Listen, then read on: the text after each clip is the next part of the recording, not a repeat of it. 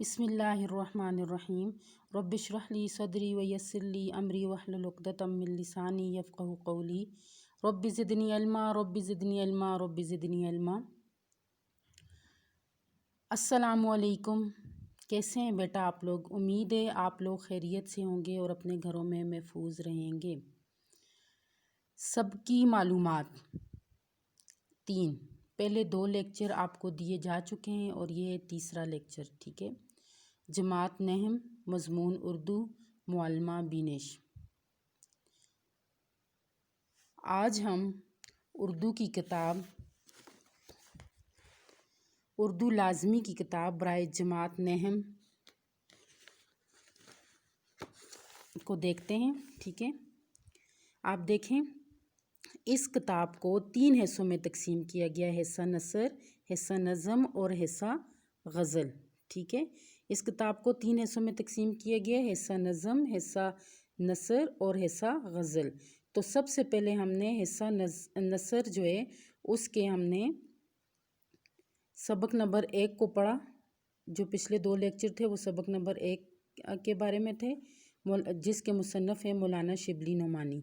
اور آج ہم دوسرا سبق اسلام میں گداگری کی مذمت، جس کے مصنف ہے الطاف حسین حالی، پڑھیں گے۔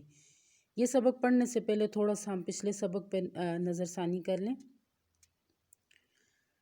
اخلاق نبوی، حضرت محمد صلی اللہ علیہ وآلہ وسلم کے اخلاق، ٹھیک ہے۔ تو آپ صلی اللہ علیہ وسلم اچھے اخلاق کے مالک تھے، ٹھیک ہے، کہ آپ دیکھیں رسول پاک صلی اللہ علیہ وسلم اپنے تمام کاموں میں اسی اصول کی پابندی فرماتے تھے، یعنی آپ صلی اللہ علیہ وسلم جو ہے وہ اپنا کام اپنے ہاتھوں سے کرتے تھے، ٹھیک ہے، اور آپ بچوں پر شفقت کرتے تھے، ایثار کا آپ پیکر تھے۔ اسی طرح آپ غلاموں کے ساتھ اچھا سلوک، حسن سلوک کرتے تھے اور اس کا درس بھی دیتے تھے۔ اپنی اولاد کے ساتھ آپ نہایت شفقت اور پیار سے پیش آتے تھے، ٹھیک ہے، اور آپ کی جو ازدواج تھیں ان کے ساتھ بھی آپ احسن طریقے سے رہتے تھے، ٹھیک ہے۔ یہ ہمارا سبق تھا،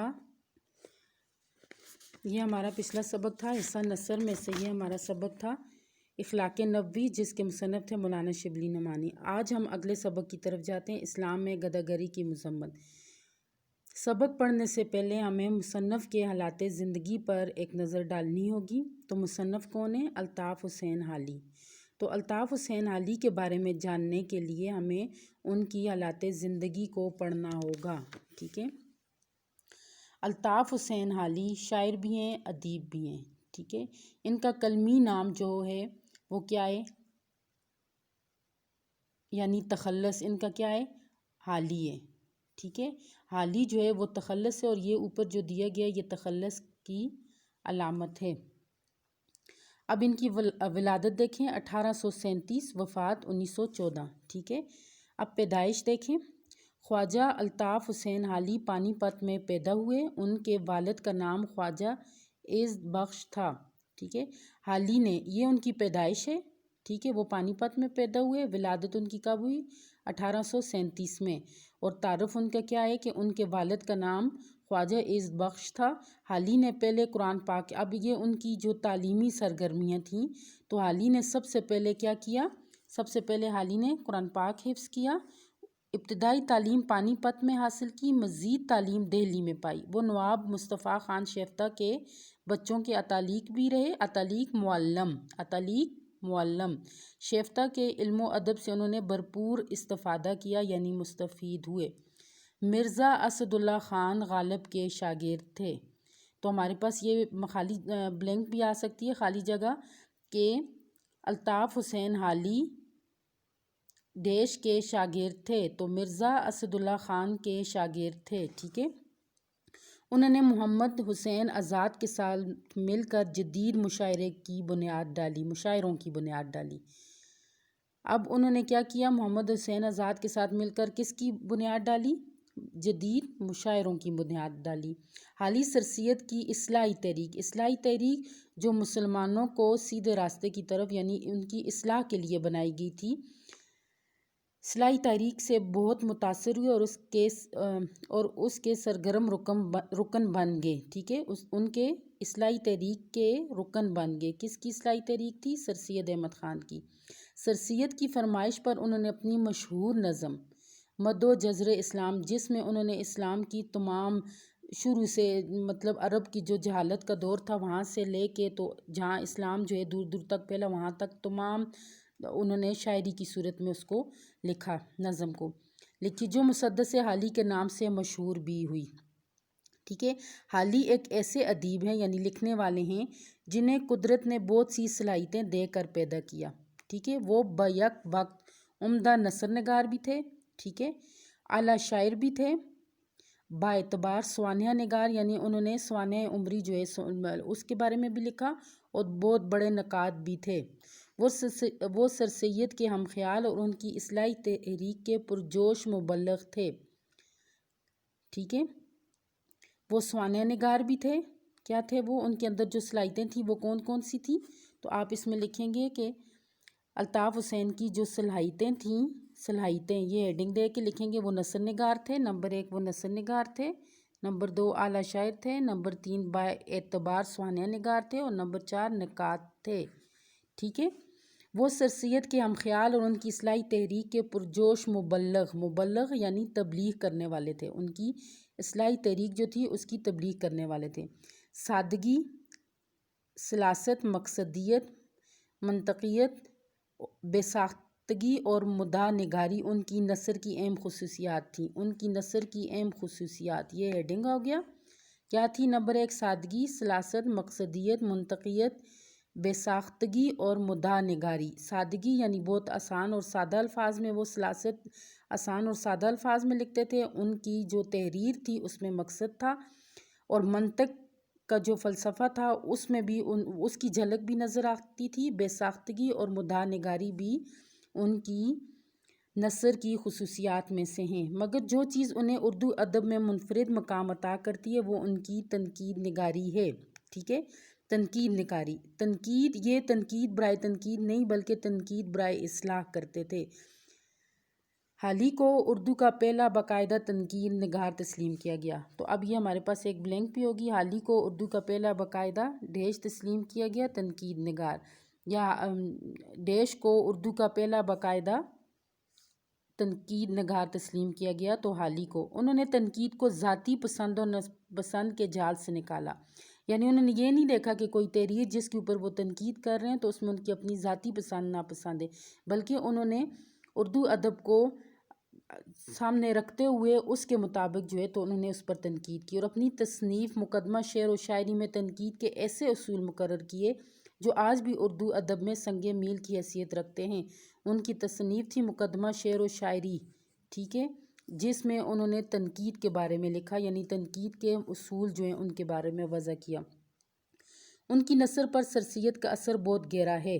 سر سید کا اثر کیوں بہت گہرا ہے؟ کیونکہ ان کی جو اصلاحی تحریک تھی تو اس کے بھی وہ مبلغ رہے، وہ بے مقصد انشا پردازی کے قائل نہیں تھے، یعنی جو وہ لکھتے تھے اس میں وہ مقصدیت رکھتے تھے، وہ مسلمانوں کو جو ہے ان کے مقصد کی طرف، ان کے مقصد زندگی یا مقصد حیات کی طرف لانا چاہتے تھے۔ ان کا اسلوب یعنی ان کا بیان ایک دردمند انسان کے دل کی وہ اضطراری تڑپ ہے، اضطراری یعنی بے چین کرنے والی، جو نوکے قلم پر نمودار ہوتی ہے، یعنی جب ان کا دل جو ہے وہ اضطراب میں ہوتا تھا، یعنی انسانوں کے درد کو جب محسوس کرتا تھا تو ان کی قلم جو تھی تو اس کے ذریعے جو ہے وہ اس کو کاغذ پر اتارتے تھے۔ ان کی نثر رواں اور سلیس ہے، یعنی جو وہ نثر تھی بالکل آسان اور سلیس تھی۔ ان کا اسلوب بے ساختہ اور بے تکلف ہے، یعنی آسانی سے سمجھ آ سکتے، وہ فطری انداز میں دل کی بات لکھتے چلے جاتے ہیں۔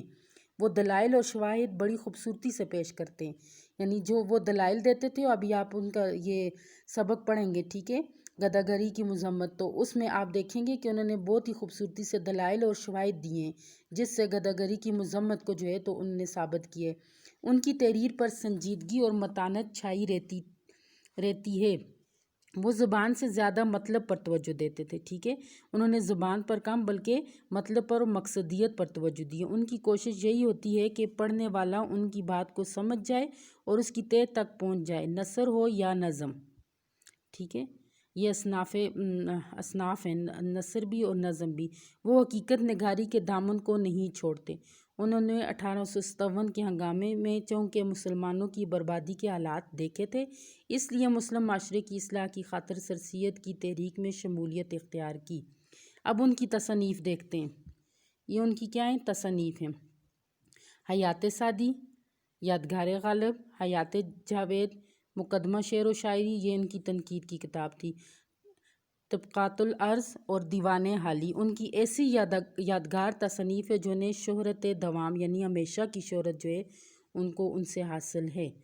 ٹھیک ہے، اب اس میں آپ دیکھیں ایڈنگ کیا آگئی ہے، ان کی پیدائش آتی ہے، پھر ان کا تعارف آتا ہے۔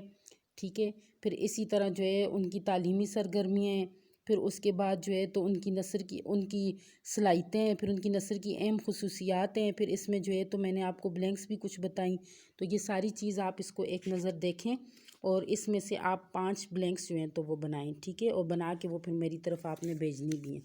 چلیں جی ابھی سبق کی طرف آتے ہیں۔ اسلام میں گداگری کی مذمت۔ اسلام میں بھیک مانگنے کی ممانعت ہے، یعنی اس کی مکمل طور پر مذمت کی گئی ہے۔ بھیک مانگنے کی جس قدر مذمت اسلام میں کی گئی ہے شاید ہی کسی مذہب میں ہو، یعنی انتہائی ناپسندیدہ فعل قرار دیا گیا ہے بھیک مانگنے کو، گداگری کو۔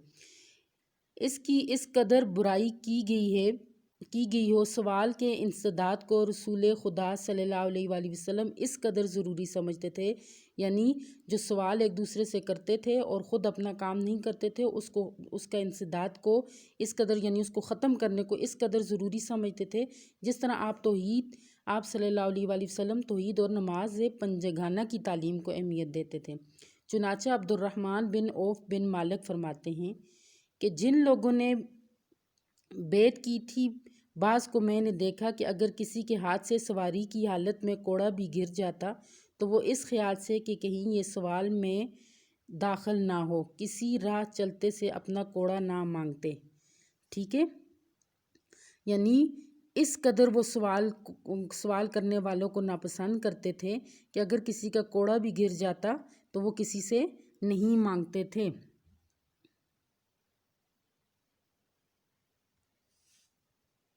بیٹا دیکھیں حوالہ سبق، اب ہم نے جو سبق پڑھا تھا تو یہ سبق جو ابھی ہم نے سٹارٹ کیے ہے تو اس کا ہم دیکھ لیں کہ یہ سبق کا نام کیا ہے۔ اسلام میں گداگری کی مذمت۔ حوالہ مصنف کون ہے؟ الطاف حسین حالیف جو ہیں وہ ان کے مصنف ہیں۔ صنف ادب کیا ہے؟ یہ مضمون ہے، یعنی صنف کے لحاظ سے یہ نثر میں یہ کیا ہے؟ مضمون ہے۔ ماخوذ کس سے؟ مقالات حالی سے۔ ٹھیک ہے، اور یہ علامت تخلص۔ ٹھیک ہے، ابھی ہم آگے دیکھتے ہیں۔ چلیں جی،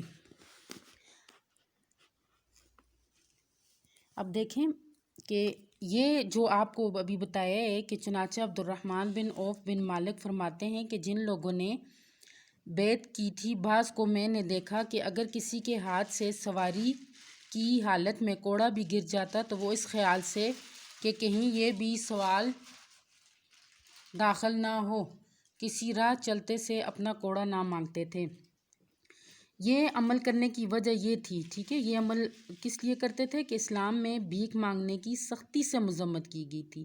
جتنا اسلام نے بھیک مانگنے کو برا کہا ہے شاید ہی کسی اور مذہب نے کہا ہو۔ ٹھیک ہے، کہ حضور صلی اللہ علیہ وسلم جو ہیں وہ سوال کرنے کو انتہائی ناپسند قرار دیتے تھے۔ ٹھیک ہے نا، اب آگے ہم دیکھتے ہیں۔ بے شمار روایتوں سے معلوم ہوتا ہے کہ حضرت صلی اللہ علیہ وسلم سائل سے یعنی سوال کرنے والے سے نہایت نفرت کرتے، اور جو شخص بغیر اضطراری یعنی تکلیف حالت کے سوال کے ذریعے سے کچھ وصول کرتا تھا اس کو اس کے حق میں حرام سمجھتے تھے، یعنی جو سوال کر کے کوئی چیز لیتا تھا تو اس کو اس کے حق میں حرام سمجھتے تھے۔ جو شخص ایک وقت کی بھی خوراک موجود ہونے پر سوال کرے اس کی نسبت فرماتے تھے، یعنی اس کے بارے میں کیا کہتے تھے؟ حدیث ہے وہ اپنے لیے کثرت سے آتش دوزخ طلب کرتا ہے۔ تو اب یہ بلینک میں بھی آ سکتی ہے۔ ٹھیک ہے، حضور صلی اللہ علیہ وسلم نے فرمایا وہ کون؟